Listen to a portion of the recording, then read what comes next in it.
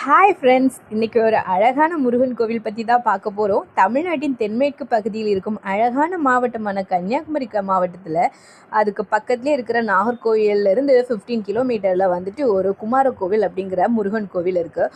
ரொம்பவே இயற்கையான ஒரு சூழலில் அமைந்திருக்கு. இப்போ எங்கள் கூட சேர்ந்து உங்களையே அந்த கோயிலுக்கு கூட்டிகிட்டு போகிறேன், வாங்க பார்க்கலாம்.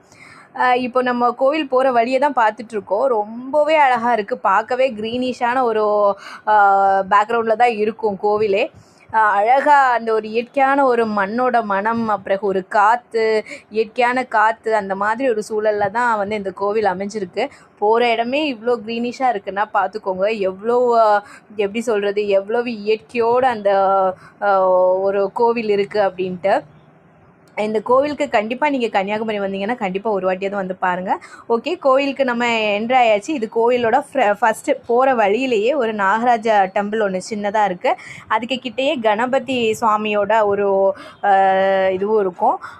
இதில் இருந்துட்டு கொஞ்சம் இந்த சைடாக வந்துட்டோம் அப்படின்னா ஒரு இதோட நேர ஆப்போசிட் சைடில் தான் வந்துட்டு முருகன் கோவிலுக்கு போகிற படி இருக்குது. நம்ம முருகன் கோவிலுக்கு வந்துட்டோம். இதுதான் வந்து நாகர்கோவில், கன்னியாகுமரி டிஸ்ட்ரிக்டில் இருக்கிற வந்து குமாரகோவில் அப்படின்னு சொல்லுவாங்க.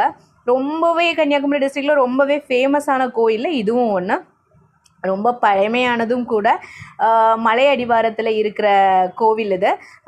மலை இருக்கிற இடத்துல எல்லாம் முருகன் இருப்பார் அப்படின்னு சொல்கிற மாதிரி இந்த கோயில் பார்த்த உடனே ஃபுல்லுமே மலையாக தான் இருக்கும். வெள்ளி மலைன்னு சொல்லுவாங்க. அந்த மலையை சுற்றி அந்த மலையோட அடிவாரத்தில் தான் அந்த கோவில் இருக்குது.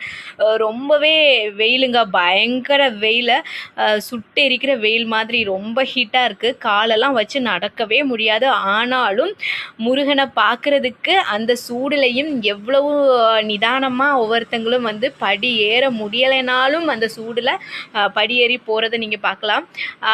சரி, உள்ள கோயிலுக்குள்ளே வந்தாச்சு. முருகப்பெருமானோட கருவறையில் போயிட்டோம். முருகப்பெருமானுக்கு வீடியோஸோ நம்மளுக்கு உள்ளே போய் எடுக்க முடியாது, இங்கே அதுக்கு அலோடு இல்லை. ஸோ நான் வந்து கோயிலை சுற்றியும் கோயிலோட கருவறைக்கும் சுற்றி உள்ள பிளேஸை தான் நான் உங்களுக்கு இன்றைக்கி காணிக்க போகிறேன். கண்டிப்பாக நீங்கள் கோயில் வந்தீங்கன்னா நேரடியாக இந்த முருகனை கண்டிப்பாக பார்க்கலாம். இது வந்து கோயிலை சுற்றி உள்ள இடம். இதிலெல்லாம் வந்துட்டு நிறையா உள்ளே போயிட்டு கருவறையில் போய் சாமியை கும்பிட்டுட்டு சுற்றி நம்ம கோயிலை சுற்றி வர்றோம்.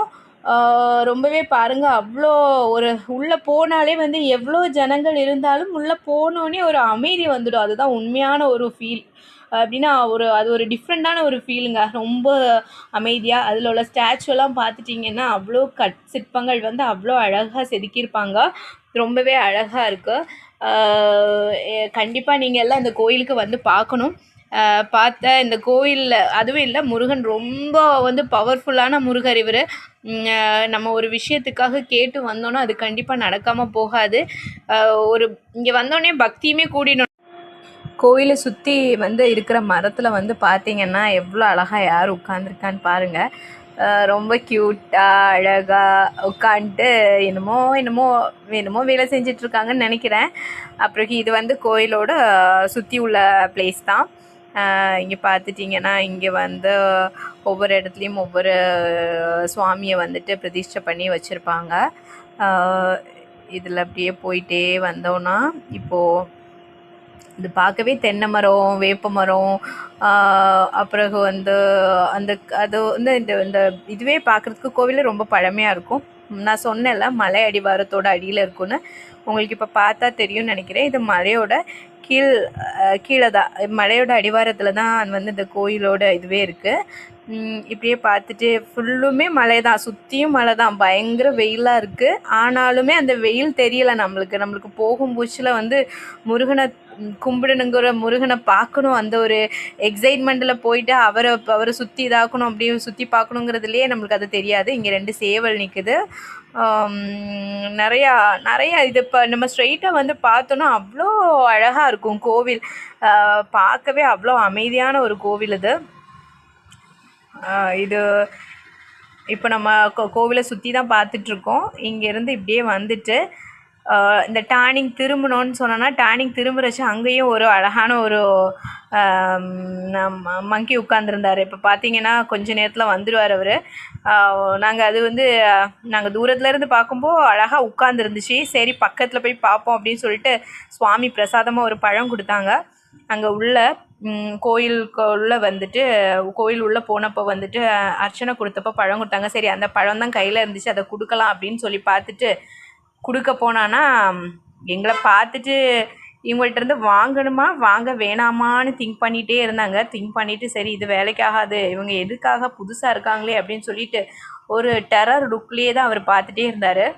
இப்போ வந்துட்டு அவங்க பார்த்துட்டு என்ன பண்ணுறாருன்னா வாங்கணும்னு இருக்குது, சாப்பிடணுன்னு இருக்குது, வந்தால் நம்மளை பிடிச்சிட்டு போயிடுவாங்களோன்னு ஒரு பயத்தில் தான் வந்து அந்த சைடு எஸ்ஐ ஓடிட்டாங்க. இப்போ நான் வச்சுட்டு அங்கேருந்து இறங்கிட்டோம். நாங்கள் இறங்கினதுக்கப்புறமா எடுத்து சாப்பிட்டுட்டு இருந்தார். அப்புறம் அதுலேருந்தும் அங்கேருந்து இப்படி சுற்றி வந்தான்னா சைடில் கோயிலோட சைடில் வந்துட்டு மேலேயுமே எங்கள் நம்ம இதெல்லாமே அது போகிற வழி தான் உள்ள. இது வந்துட்டு கொடிமரம்னு சொல்லுவாங்க, உள்ள கோயிலோட என்ட்ரன்ஸில் இருக்கிறது. இப்போ சாமியெல்லாம் கும்பிட்டு முடிச்சுட்டு நாங்கள் கீழே இறங்கிட்டோம் வீட்டுக்கு போகிறதுக்காக. படி இறங்கி வர்றோம். படி இறங்கி வர்ற டைம்லேயும் அந்த சைடு பார்த்தானா இங்கேயும் ஒரு ஃபேமிலிஸ் ஃபுல்லுமே வந்து ஹனுமான் ஃபேமிலிஸ் தான் வந்து ஃபுல்லுமே இருக்காங்க. அங்கேருந்து கீழே இறங்கி அப்படியே வந்துட்டோன்னா அங்கேயும் ஒருத்தர் என்ன பண்ணுறாருன்னா ரொம்ப டேஸ்ட்டாக உட்காந்துட்டு பழம் வந்து ரொம்ப சின்சியராக உட்காந்துட்டு டேஸ்டான பழத்தை வந்து சின்சியராக உட்காந்துட்டு சாப்பிட்டுட்டு இருந்தார். அதுவும் பாருங்கள் ரொம்ப அழகாக இருக்கும். இது வந்து கிளியராக வீடியோஸ் வந்து கிளியராக இல்லை, கொஞ்சம் ஸ்பீடாக போகிறது மாதிரி தோணுது. தெரியுதா, அப்படியே அழகாக உட்காந்துட்டு அப்படியே அழகாக சாப்பிட்டுட்ருப்பார். நான் கிட்ட போனப்போவும் பயப்படல, என்னை பார்த்து ஓடவோ ஒன்றுமே செய்யலை. அழகாக உட்காந்து சமாதானமாக உட்காந்துட்டு ரிலாக்ஸ் மைண்டோடு உட்காந்து சாப்பிட்டுட்டு இருந்தார். ரொம்ப நேரம் ஒரு 3 பழத்துக்கு மேலே சாப்பிட்ருப்பார் இவர். இப்போது சாப்பிட்டுட்டே இருக்கார், நாங்களும் பார்த்துட்டே இருந்தோம். ரொம்ப நேரம் ஆச்சு, அதை முடிச்சு எல்லாமே வாயில் சைட்லேயே வச்சுட்டு கொடுக்க வாங்கி சாப்பிட்டுட்டு இருந்தாங்க. ரொம்ப இந்த கோயில் வந்து இயற்கையோடு இருக்கிறது மட்டும் இல்லை, இந்த மாதிரியான உயிரினங்களை பார்க்கும்போது கூட அது நம்ம வீட்டில் உள்ள ஒரு இது மாதிரி ஒரு ஃபீல். நம்ம ஒரு குழந்தைய பார்த்தா எவ்வளோ க்யூட்டாக இருக்கும், அந்த மாதிரியான ஒரு ஃபீல் இருந்துச்சு. இந்த கோயிலுக்கு இதுக்கு முன்னாடி வந்திருந்தீங்கன்னா எனக்கு கமெண்ட்ஸில் சொல்லுங்கள். லைக் பண்ணுங்கள், ஷேர் பண்ணுங்கள், சப்ஸ்கிரைப் பண்ணுங்கள். தேங்க்யூ ஃபார் வாட்சிங்.